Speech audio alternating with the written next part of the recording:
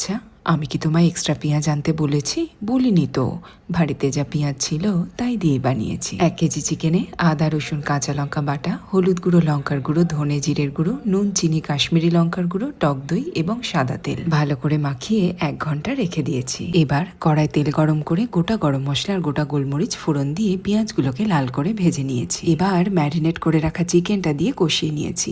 খোসা ছাড়ানো আমন্ড আর টমেটোকে একসাথে বেটে দিয়ে আরো 10 মিনিট রান্না করেছি। না আর খুন্তি নেড়ে হাতে ব্যথা করতে হবে না। এবার 1 বাটি জল দিয়ে চিকেন সুসিদ্ধ হয়ে যাওয়া পর্যন্ত রান্না করে নিতে হবে। এখন অন্য একটা পাত্রে 2 চামচ ঘি গরম করে নিয়েছি। তারপরে গোটা ধনেকে একটু ক্রাশ করে ওই ঘিয়ের ওপর দিয়ে দিতে হবে। তার সাথে দেব কয়েকটা ছোট ছোট পেঁয়াজ, চেরা কাঁচা লঙ্কা, একটা শুকনো লঙ্কা, অল্প নুন এবং কসুরি মেথি। কয়েক সেকেন্ড একটু ভাজা ভাজা করে নিয়ে ওই চিকেনের ওপর তড়কাটা দিয়ে দিতে হবে এবং তার সাথে একটু গরম মশলার গুঁড়ো ছড়িয়ে দিলেই চিকেন দো পেঁয়াজা তৈরি।